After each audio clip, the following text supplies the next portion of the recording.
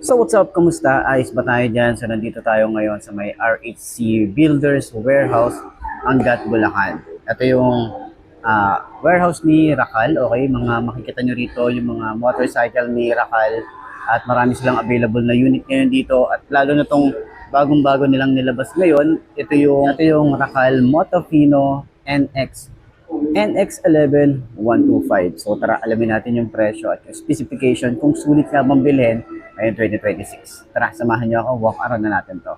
Ayos na ayos yan.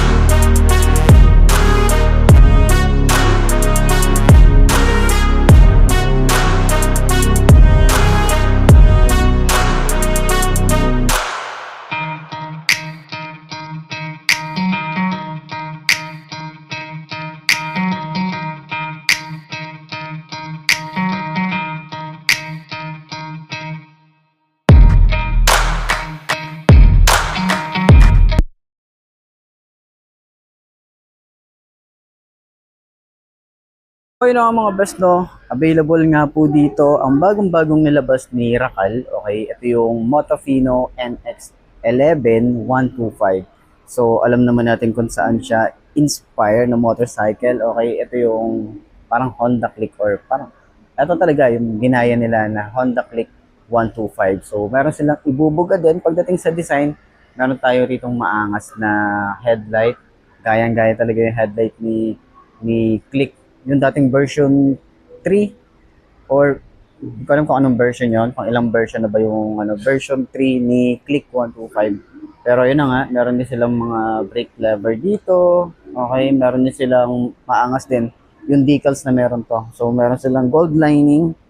Ayan, may gold lining din dito. May Motofino dito sa side, may NX11, may 125. And then dito rin sa side is meron tayong Motofino NX11. So yun yung pangalan nila. And then si Rakal lang talaga yung nag-import dito or yung nag-dealer dito sa Philippines. Pero ayun na nga, sa kanyang panel gauge, meron din tayong digital. And then meron din tayong disusi pa rin naman to. Okay, andito yung kanyang susi. Tapos dito rin binubuksan yung kanyang seat sa kanyang ignition. Meron din tayo rito USB charging port. Okay, para sa mahabang biyahe natin. May side pocket. And then may utility hook din dito. May side stand kill switch. And then meron din tayong compartment. Ayan, maluwag din siya. No? Tapos yung design dito is parang pang Honda Click din talaga yung datingan niya. Pero ang kakaiba rito, meron din siyang kickstart. Yun yung wala kay Click, di ba? Ito at least meron siyang kickstart. Okay, so naka single shock dito sa likod. And then naka drum brake naman yung likod sa kanya. Okay? Tapos dito sa harap is naka-combi brake na rin tayo rito. And naka-single disc brake. Okay? So upuan natin to. Tingnan natin kung sulit nga ba tong upuan. Okay, 5'2" ang ating height. Meron din tayo rito ang gulay board. Ayan, gulay board natin dito. Hindi siya ganun kaluwagan. Pero okay na din, no? Parang same size lang naman siguro sila ni Click, no? Kasi parang ano din siya, parang maliit din. Yan. So, ito yung tsura natin o yung seat height natin dito. Sobrang tingkayad pero sobrang gaanong motor. Sobrang gaanong motor talaga. Tapos yung shock niya sa likod, re-rate natin siya ng 6 out of 10. Mga ganun yung ano niya. So, ganun naman talaga yung pag-rear eh. Medyo matigas or medyo malambot.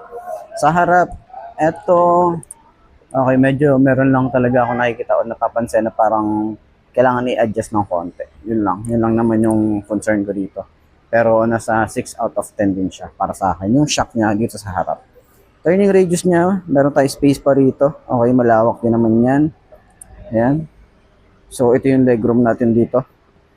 Ganyan, may space pa naman. Konting-konti na lang. Okay. So, sa kanyang OBR, yung foam na ginamit dito, malambot. Pati dito sa ating rider. Ayan, sobrang lambot din.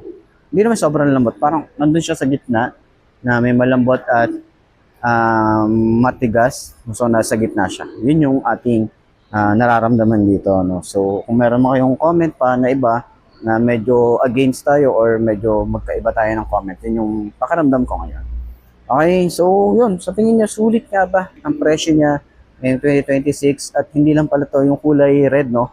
Sa likod natin, meron tayong kulay gray, kulay black, and then kulay blue. So, alin sa tingin nyo ang mas bet nyong kulay dito sa NX11 125. Okay, so comment nyo naman yan sa baba. And para dun sa mga nakagamit na ng ganitong motor, share nyo naman dyan anong mga naging issue nyo, naging experience nyo para at least malaman din ng mga gustong bumili ng ganitong motor. Ayos na ayos yan. So, center stand natin. Magaan siyang i-center stand din. Napakadali lang din yung i-center stand. Ayan o. Walang kahirap-hirap, di ba? Ayos.